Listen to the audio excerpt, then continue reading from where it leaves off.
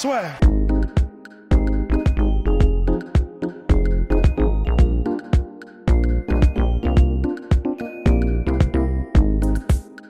Bonjour à toutes et à tous, bienvenue au podcast La Sueur, podcast express. Nous allons parler de Colby Covington qui, à force de trash talking, assume aussi dans la cage. 7e victoire consécutive contre Robbie Lawler, s'il vous plaît.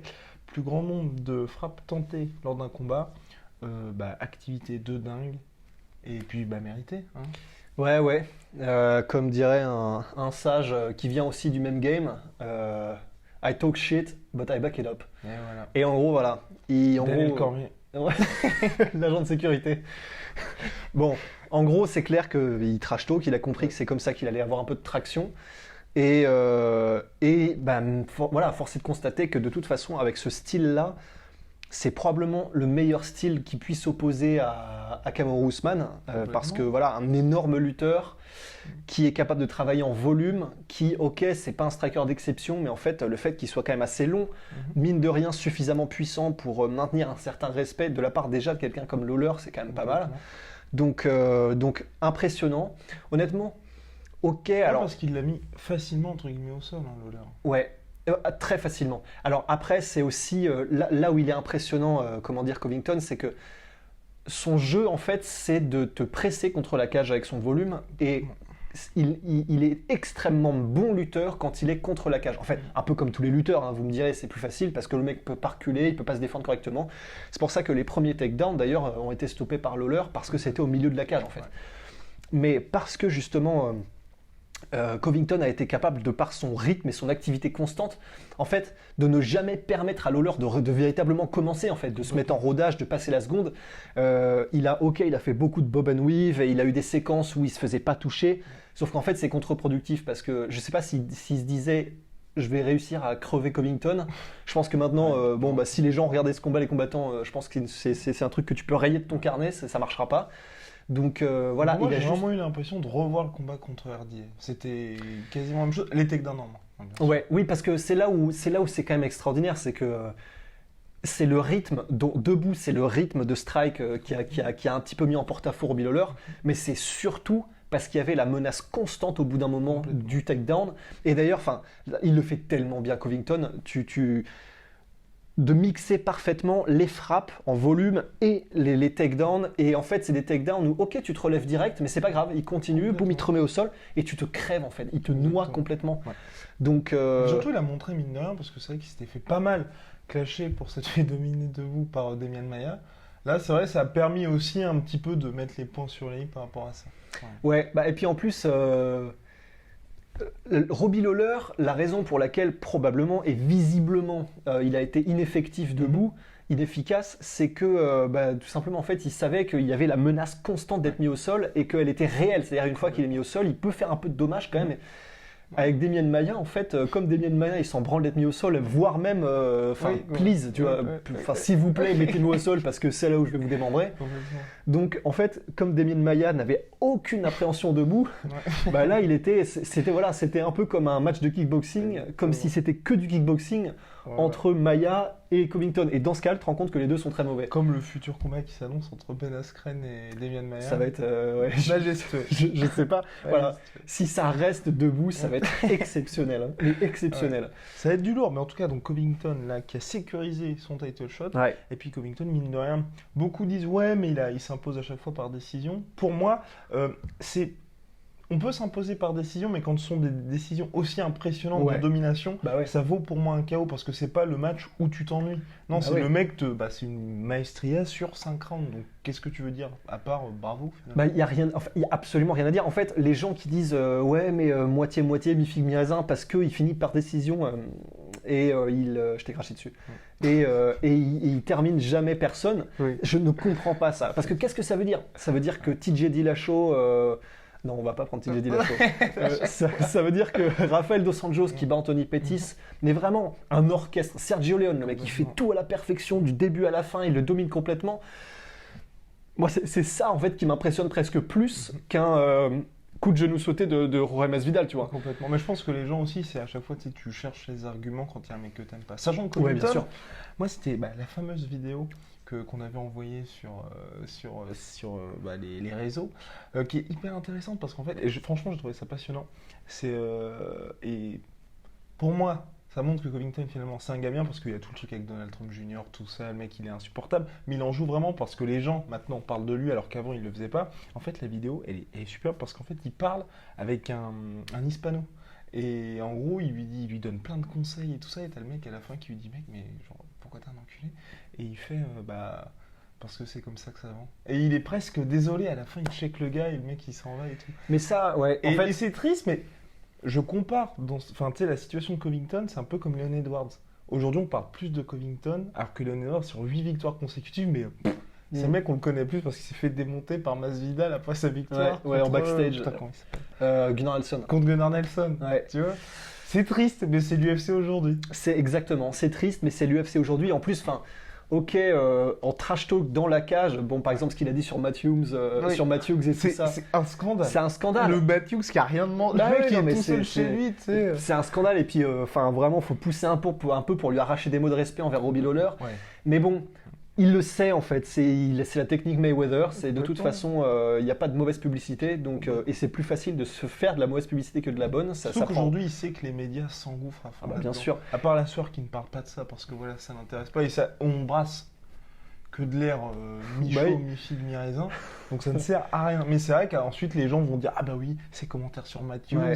c'est machin. c'est- Alors que, bah, j'ai pas eu cette vidéo avec l'hispano-américain, mais en gros, moi j'ai vu la vidéo qui a été postée par Full Reptile, la chaîne de Dan Hardy, où en gros c'est une séance de dédicace, mais vraiment impromptue, où il rencontre des gens comme ça dans la rue, dans un hall d'ailleurs, et en gros les gens viennent prendre des photos, lui parlent, et t'as que des Renois, des Hispanos, t'as de tous en fait. Bah, c'est peut-être celle-là, Bet C'est peut-être- 365. Oui, c'est ça. Ah bah, Oui, c'est bah la c'est même. Full Reptile. Oh putain, On a la vu la même en fait.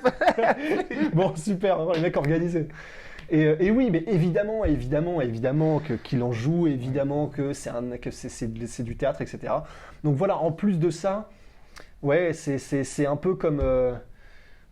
qui est-ce qu'on pourrait comparer ça? Je sais pas. J'allais dire Misha Tate, qui au début, tu sais, dans l'espèce Ouais, de truc avec complètement. Ronda Rousey, était la méchante, Ronda Rousey la gentille, etc. Et puis après, ça s'est changé. Bon, voilà, on est un peu dans les mêmes délires, mais les vrais savent maintenant. Quoi. Complètement. Et puis ce qui est bien aussi, je trouve, avec Covington, c'est mine de rien. On peut dire ce qu'on veut, mais il n'y a pas ce côté, comment dire, gênant par exemple, Henry Cerudo. Parce que Covington, ça a beau être gênant, too much, on va dire, c'est un peu trop. Beaucoup mais trop, il a quand même invité les deux fils du président des États-Unis et reçu un appel du président des États-Unis. Donc à un moment donné, on se dit, ok, tu pousses le bouchon un peu trop loin, mais tu as quand même le respect du mec numéro 1 aux États-Unis. Du donc- président, quoi. Ouais. Et qui a tweeté d'ailleurs, même Oui, avant, qui a ouais, tweeté à exactement. Colby Covington, bon courage et fight hard, tu vois. Donc bon. Bah ouais, c'est ça le truc. Et bon, en plus, il a été invité maintes fois à la Maison Oui. Blanche et tout, donc bah clairement, voilà. Enfin, et d'ailleurs, ce qui est assez marrant, c'est que comme là, il vient, bon, il se chauffe, tu vois. C'est Mhm. depuis, je sais plus contre qui c'était, le Brésilien contre lequel il avait vraiment commencé sa Ah campagne. c'était Demian Maia. Ah oui, c'était Demian Juste Maia où il avait après, fait où il avait dit, des sales animaux, vous êtes des putains d'animaux, les Brésiliens et tout. Et ben là, il a senti Au que- Brésil. Au Brésil. En même temps, c'est vrai que, en fait, faut comprendre qu'à ce moment-là, donc, je crois que c'est à partir de ce moment-là, il a vraiment genre, il a vu Oui. que le trash talk prenait, il s'est dit bon bah vas-y, Ouais, ouais, ouais. je vole le truc et je cours. Oui, tu mais vois. c'était fait aussi. C'était Fabrice Verdum qui lui avait balancé Un boomerang et il avait été se plaindre à la police. Bon ça par contre, ouais, là c'est pas Ouais. terrible au niveau de l'image, non, c'est clair. Là, ça fait un peu balance, quoi. Mais voilà, quand il était au Brésil, après Demian Maia, faut Ouais, se souvenir un peu du truc. C'est bon, les Brésiliens, le public brésilien, on en pense ce qu'on veut. Il est patriote, il est pour ses propres athlètes. je pense qu'il n'y il a est- pas mieux quand on est brésilien. Quand t'es brésilien, c'est le jacuzzi. Quand t'es pas brésilien, cela dit, il faut aussi leur rendre. C'est quand ils respectent un mec qui n'est pas brésilien, ils le respectent. Mhm, Des vrais combattants, Mhm. des mecs respectés, il n'y a pas de souci, ils les respectent. Mais quand ils ne l'aiment pas et qu'ils ne le respectent pas, en gros, bon bah clairement, C'est game enfin, over. c'est game over. Les mecs te sifflent, les mecs te crachent dessus quand tu sors, ils te jettent des canettes. Non, ça c'est vrai, hein, c'est ce qui s'était passé avec Covington. Et beaucoup d'autres. Mais il le méritait quand même parce que bon après le combat tu viens de battre Demian Maia. Oui, mais il se faisait déjà siffler en fait. Oui, après c'est normal, il affronte Demian Maia. Tu Ouais. vas pas insulter les gars. Non. Oui, mais en fait, moi, franchement, tu vois, franchement, je vais te dire, honnêtement, ça me choque pas. Non, vraiment, et je suis très sérieux, ça me choque pas qu'il les ait insultés comme ça parce que, En gros, c'est une réponse qui est impulsive, mais c'est une réponse de mec qui se laisse pas marcher dessus, tu vois. Tu viens de gagner ton combat, t'as combattu, c'était un combat à main nue. Complètement. Tu finis ton combat que t'as gagné, Ouais. et en gros, les mecs continuent de chanter, tu vas mourir, espèce de pourri, te sifflent.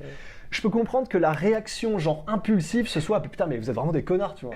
Je peux comprendre. Ouais, De là à dire Oui. vous êtes tous des animaux et votre pays est une déchetterie, là d'accord Ouais, c'était trop. Exactement. Mais répondre en disant vous êtes vraiment des enfoirés, pour moi rien de plus normal. Et à partir de ça, ça a commencé. Alors là c'était terminé par Et contre. mine de rien, il a réussi quand même à faire ça aussi. Il a réussi dans son trash talk à quand même insulter Dana White, Ouais. ne pas avoir son title shot finalement qui lui était promis et affronter Robbie Lawler en short notice. Ouais. À chaque fois s'en sortir. Et là maintenant, Il a sa ceinture intérim quand même maintenant. non il l'a, mais il est Il l'a toujours pas perdu. considéré comme Ouais. champion intérim. Enfin, Ouais, c'est un bordel. N'importe quoi. Et là il récupère son title shot. Donc mine de rien, le mec s'en est bien sorti et est resté aussi, on va dire, dans le jeu pendant Ouais. plus d'un an d'absence parce que sa dernière victoire c'était contre RDA. Donc c'était juin 2018. Bah ouais, mais parce qu'il se maintient, la tête hors de l'eau, voilà, parce que sur Twitter, il est au Gatling, quoi. Donc franchement, Donc bien joué. Après, ce qui est assez marrant de voir, c'est que là, si tu compares à un McGregor, tu vois, McGregor, en gros, c'était tellement une machine au niveau des Complètement. pay-per-view, au niveau de la traction qu'il amenait et tout, que au bout de son premier combat, ils ont changé son contrat pour lui donner déjà plus de fric. complètement. Et là, même sur son dernier combat, Colby Covington, qui est Oui. pourtant champion intérim et tout, il est à 45 pour gagner, 45 pour... Il 45, est à 100 000 en tout. Ouais, 100 000 en tout, ridicule. c'est honteux. Ouais. Après, ça veut peut-être aussi dire que bon, bah, il déplace peut-être pas les foules. Oui, parce que C'est- c'était pour. Il y a eu les stats qui sont tombés sur c'était le pire, on va dire, audience de l'UFC sur tous les événements qu'ils ont organisés dans le New Jersey. Mais quand même, on peut dire aussi qu'ils n'étaient pas aidés par la carte. C'est clair. Parce qu'à part le main event, il n'y avait vraiment rien du tout. Ouais. Mais d'un autre côté, après Colby Covington, on voit aussi que c'est quand même très préparé. Bah, quand il s'en mêle les pinceaux là, avec Madison Square Garden, on voit que par rapport à McGregor, il n'y a pas ce naturel-là. On voit Non. que le gars a passé du temps devant la glace. Et puis en plus de ça, ouais, c'est répété. Et en plus de ça, tu le vois aussi sur un autre truc. Et là par contre, ça me gêne à un point. Je déteste ça. En fait, je vais vous dire, le truc que je déteste le plus, et c'est pour ça que ça m'a saoulé Deontay Wilder, même si j'aime bien le mec, c'est en gros les mecs, quand il y a une rencontre, un face-à-face avec le futur adversaire, des mecs qui gueulent des trucs tout le temps, mais genre en le répétant, genre oh non tu vas pas me la faire, Oui. oh non tu vas pas me la faire, oh non tu vas pas me la faire, genre en essayant de gueuler, Oui, je déteste ça, je préfère les mots d'esprit, les mecs qui ont un peu d'intelligence, etc. Ah, Et c'est là, vrai que c'était gênant contre Kamaru Usman. Allons-y. exactement. Ah bah On peut vas-y, le je faire t'attends. maintenant. Vas-y, on y va maintenant. Allez. Alors tu viens. Bah non, toi viens. Allez, toi. Et c'est là où tu Avec vois le que mec qui le saute, tu vois, alors qu'il est derrière. c'était ridicule. Et c'est là que tu vois qu'effectivement il répète en fait, parce que quand il est tout seul sans son script, Ouais. bah en gros ouais c'est comme dans les Simpsons, tu vois. Mais t'as même un pour le singe, coup, Kamaru Usman aussi aurait mérité de. Ouais, mais enfin, voilà, je pense que les deux sont des combattants d'exception, Ouais. mais clairement ils sont pas aussi talentueux Ils quand le étaient qu'à micro est devant. 30%. Là. Ils étaient qu'à Ah, 30%. que ouais, leur foutue capacité. Enfin voilà, normalement ça arrive pour novembre. Ouais. Et bah, à la prochaine. Voilà, sans transition. Soit.